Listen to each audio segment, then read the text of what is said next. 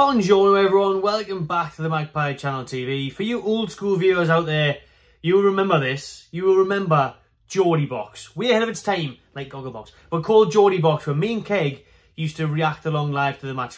Way before these live watch-alongs got dead popular, I don't know when we were doing it. Our live reactions to what was happening at the time in that game or whatever else. So what I'm going to do, you've guessed it, is give my live reactions to Amazon's We Are Newcastle United episode 3. Now, obviously, I was lucky enough to be invited to the premiere of this in Newcastle City Centre a few weeks back. We got shown episode 1 and 2 alongside the likes of Bruno Guimaraes and Eddie Howe and the rest of them. It was a great night.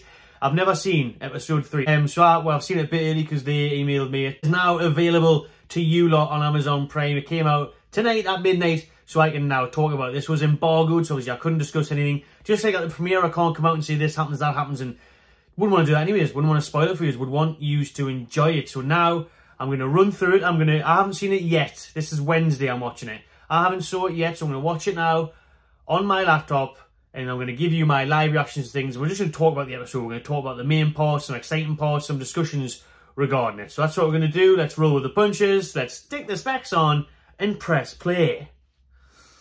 Boom! So the opening scene is the 17th of March, 2023. Friday night at Forest. You can see the Newcastle away and going mental.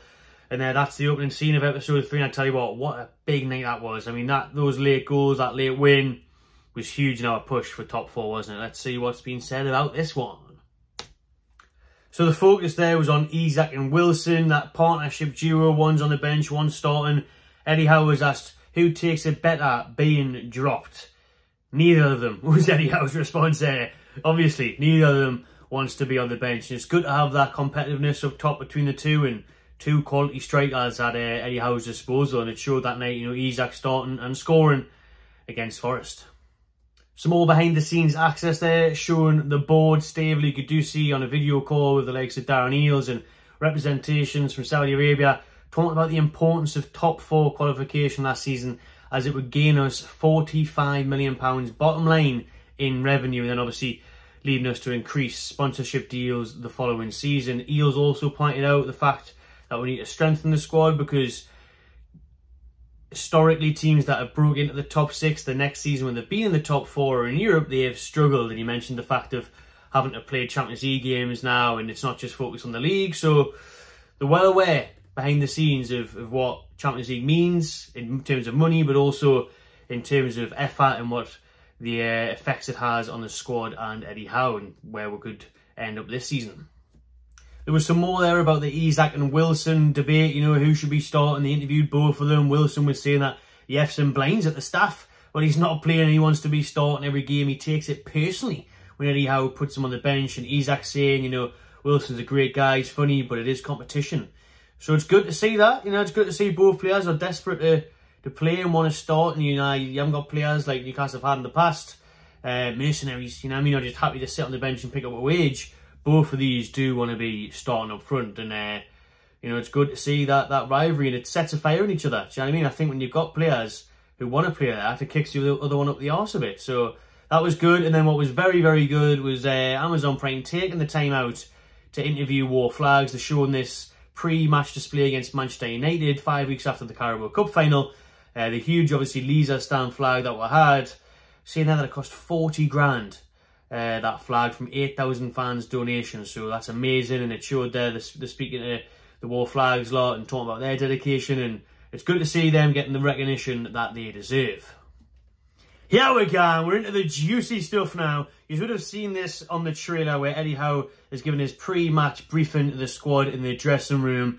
It's all about giving Man United a quick game and that. I'm going to actually play it, and hopefully I don't get copyrighted for it, because it's just the noise, so hopefully you can hear it in the background. They want a quick game. Coming in. Let's fucking give it. Let's blow them away with our running. Let's be intense in every action that we do. Let's make it a quick game. Let's go. Jeez! Fucking love that, like. If they want a quick game, let's fucking give it to them. Love that, like, Eddie. Absolutely brilliant stuff, you know, saying let's blow them away. Ten Hag was giving us loads of stick pre-match, you know, saying, oh, the time wasters, they're annoying, they're, you know, all this. Eddie Howe delivering that message right before kick-off. Ooh, let's see what happens in the game, shall we? Unreal to see in the dressing room at half-time there. 0-0 against Man United. But as you remember, we absolutely battered them. Willock put one over the bar. You know, we missed loads of chances. We should have easily been 2-0 up, easily, at half-time against Man United there. And this was the game, remember, to go third. If we win this in fifth, we leapfrogged them in third. So the pressure was there, to be fair to the lads. You know, they knew how much this game meant to everyone, how big and important the result was. In the dressing room at half-time, you got Tyndall going mental, just saying, come on, lads, keep going, keep the intensity up. They couldn't deal with us. You got Trippier shouting and screaming, everyone saying, you know, we need to be clinical against these teams like Man U. We need to take our chances. Willock's shouting and screaming, fuck's sake, man, because he's missed chances. Second half, let's go. 2-0 it was for the Toon, if you couldn't remember. But it's just like a movie, isn't it, the way it plays out. Obviously, they were interviewing Wilson and Isak in the build-up to these games. Wilson was on the bench. He's pissed off. He's not happy about it. He comes on. He scores. It's like a fairy tale. After the cup final, it's revenge. And now we are third in the league. Interesting topic here when you're on the fly on the wall in the training ground. When the players are getting the massages after the games and stuff and the build-up to training, what are they talking about? Are they talking about the match, Coronation Street, what the weather's like? No. Anthony Gordon's talking about how many pillows do you sleep with at night. Well, Gordon thinks it's 1. Pope thinks it's 2. Trippier thinks it's 1. Let me know in the comments what you think. How many pillows do you sleep with at night? Personally, I'm a 2 kind of pillow guy. But maybe I should change that because the back pain is there. Might take Gordon's offer, it might start with 1, but I'm picky with it. Has to be thick as well, fluffy, but sturdy.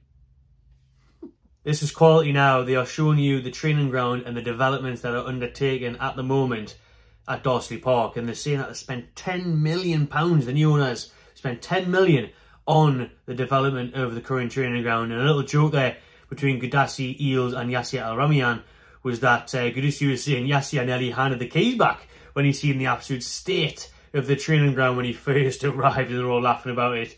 But it would have been true because it was a massive shithole.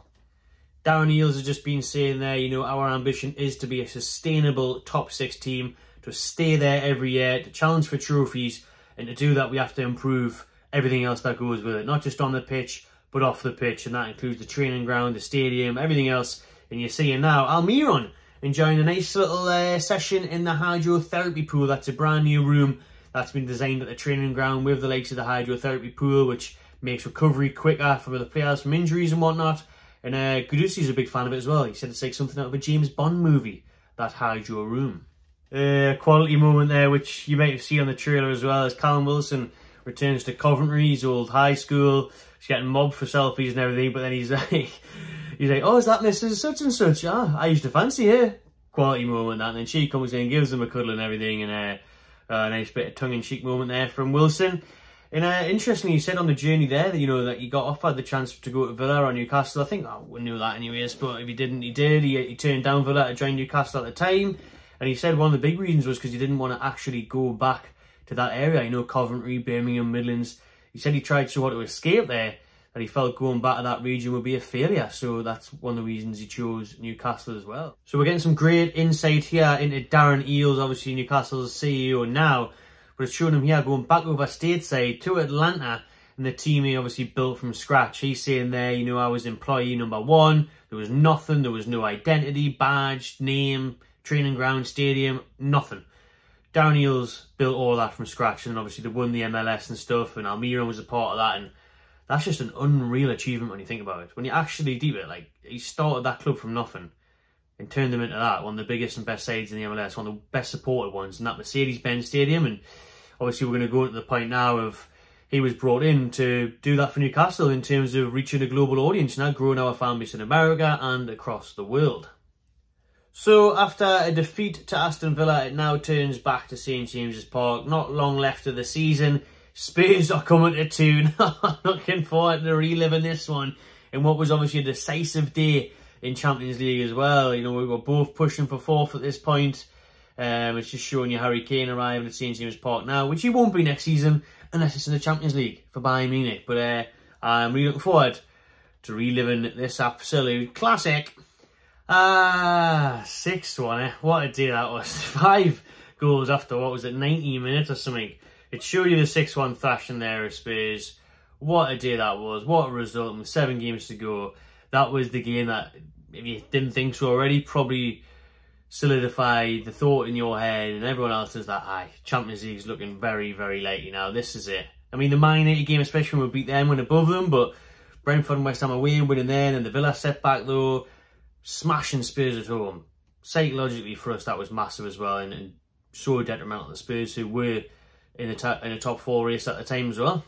And that is episode 3 wrapped up of the Amazon We Are Newcastle United documentary. It was a great one, very, very good. I hope you enjoyed it as well. If you haven't seen it, get yourselves on Amazon Prime and have a look. And there's one more episode to go. Next Friday, it's episode 4, the final one, and it's obviously the big one that everyone's waiting for because it sees the return of Adidas. Obviously, this got leaked the other day. I've done a video on that, so I don't need to talk about it. But the club have officially announced that on the 1st of September with Adidas, their partnership will be revealed, and we will see the iconic 3 stripes return to the Toon, and it's going to be a massive, mega sponsorship, big money deal for Newcastle to try and compete financially with everyone else, and the revenue streams will hugely increase. So it's going to be great to see episode 4 for that one, where the board take a trip over to Germany and Adidas headquarters. So I'm really excited for episode 4. But for now, there is episode 3. Very much enjoyed it.